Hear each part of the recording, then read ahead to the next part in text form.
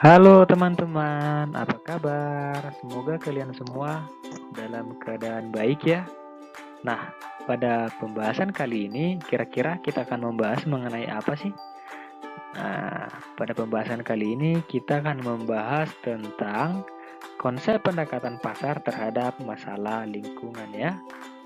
Oke, untuk lebih memperdalam tentang materi ini, mari kita simak penjelasan berikut ini.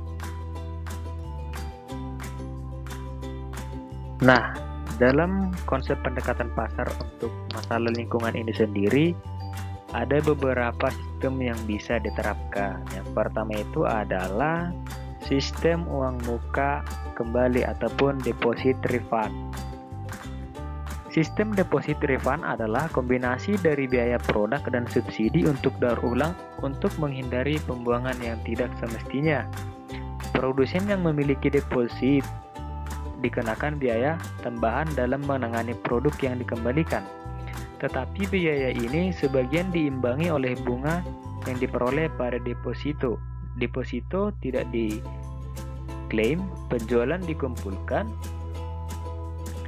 dan produk yang digunakan. Salah satu tujuan dari sistem deposit ini adalah untuk pembuangan limbah yang tidak tepat.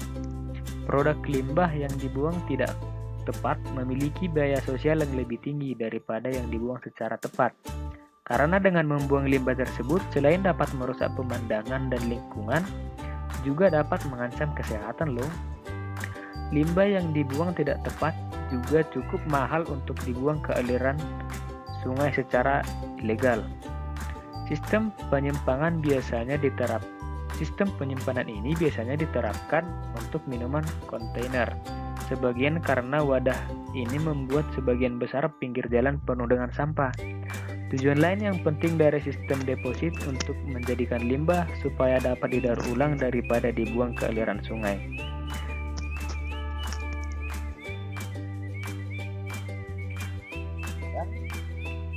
Siapa-siapa saja sih yang terlibat dalam sistem uang muka ataupun deposit ini? Nah, kita cek di pembahasan selanjutnya.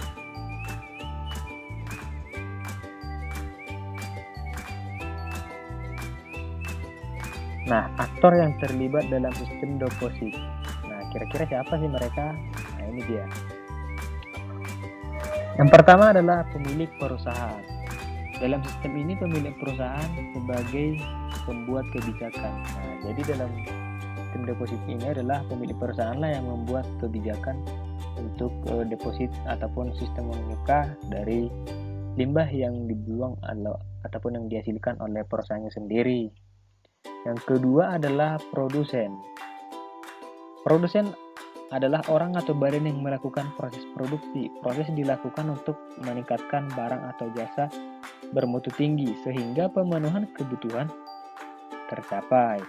Produsen yang beretika dalam melakukan produksi memperhatikan beberapa hal agar tidak merusak lingkungan. Oke, yang pertama itu adalah memberikan keuntungan bagi pemilik perusahaan. Yang kedua, memberikan sumbangan sosial. Yang ketiga, menumbuhkan kepercayaan masyarakat terhadap perusahaan. Yang keempat, mematuhi aturan yang berlaku.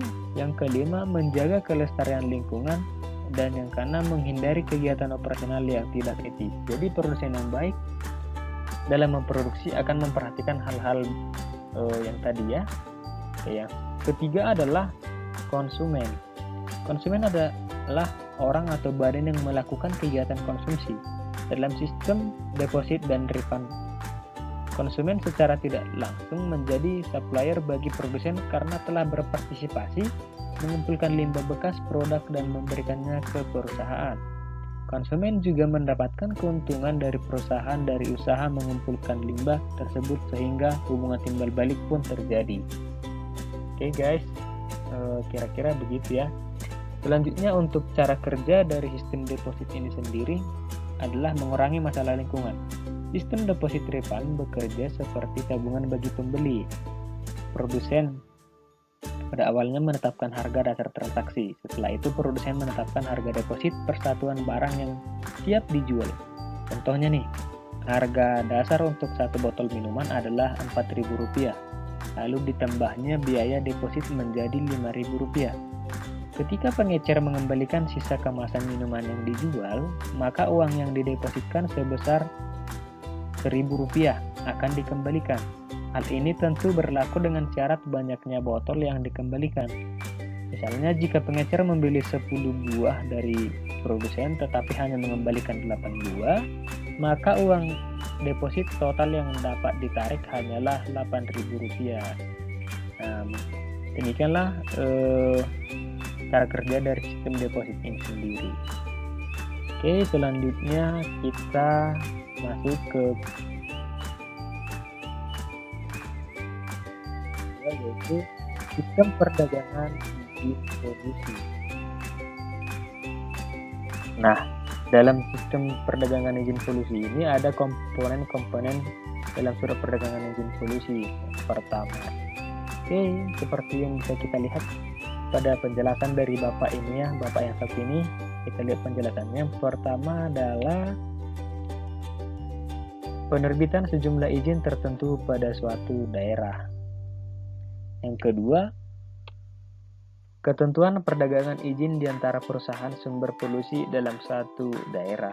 Nah, itu adalah komponen dalam surat perdagangan izin polusi. Surat perdagangan izin polusi ini adalah alat kebijakan yang bermuara dari variabel yang telah diketahui, yakni jumlah polusi yang dapat diterima masyarakat dan dibiarkan pasar membentuk harga. Demikian dasar pemikiran dari sistem perdagangan izin polusi ataupun izin mencemar ini, yang dapat diterapkan dengan menggunakan kredit atau cadangan. Dalam sistem kredit polusi, perusahaan sumber polusi memberikan kredit yang dapat diperdagangkan hanya apabila jumlah emisi buangannya berada di bawah standar. Cara lainnya adalah dengan menggunakan cadangan polusi, di mana setiap lembar izin memberikan hak kepada pemegangnya untuk mencemar sampai jumlah tertentu. Izin ini juga dapat diperdagangkan sehingga perusahaan sumber polusi dapat membeli dan menjual cadangan sesuai kebutuhannya yang tergantung pada teknologi pengurangan polusi yang dipakai dan biayanya. Nah, saya kira demikian ya untuk sistem perdagangan izin polusi ini. Yang selanjutnya adalah, nah ini dia 3 poin penting dalam surat perdagangan izin polusi. Yang pertama itu adalah sistem beban polusi. Dalam sistem beban polusi ini, pemerintah harus mencari harga terbaik untuk mencapai jumlah pengurangan polusi yang telah ditetapkan. Sedangkan dalam sistem perdagangan izin, perdagangan menentukan harga sendiri untuk sebuah hak mencemar tanpa campur tangan dari luar. Nah, yang kedua itu adalah beban polusi menimbulkan penghasilan pajak. Nah, beban polusi menghasilkan pajak pada semua unit polusi yang tidak dikerjakan, di mana tidak ada pendapatan pajak yang dihasilkan dari sistem ini. Perbedaan penting dalam negara yang menghadapi anggaran fiskal ketat. Namun, sebuah sistem dagang bisa didesain untuk menghasilkan pendapatan jika pemerintah menjual ataupun melelang alokasi izin awalnya. Nah, yang ketiga itu adalah sistem perdagangan izin mencemar bersifat lebih fleksibel. Sistem perdagangan izin mencemar bersifat lebih fleksibel ini adalah dalam arti jumlah izin bisa diubah disesuaikan dengan tujuan pelestarian lingkungan. Apabila tujuan pelestarian terlalu keras, lebih banyak izin mencemar bisa dikeluarkan. Apabila tujuan pelestarian agak lunak, pemerintah ataupun kelompok pelestari lingkungan dan masyarakat yang peduli lingkungan dapat membeli izin mencemar sehingga pengurangan polusi di daerah itu menjadi lebih efektif. Ketika sistem perdagangan lebih fleksibel, jumlah izin bisa diatur sesuai dengan perubahan tujuan pelestarian lingkungan. Jika tujuan terlalu ketat, maka akan dikeluarkan lebih banyak izin. Begitu juga dengan sebaliknya. Nah, oke. Ini teman-teman, semoga materi kita pada pertemuan kali ini dapat kalian pahami. Okay, thank you for all. See you.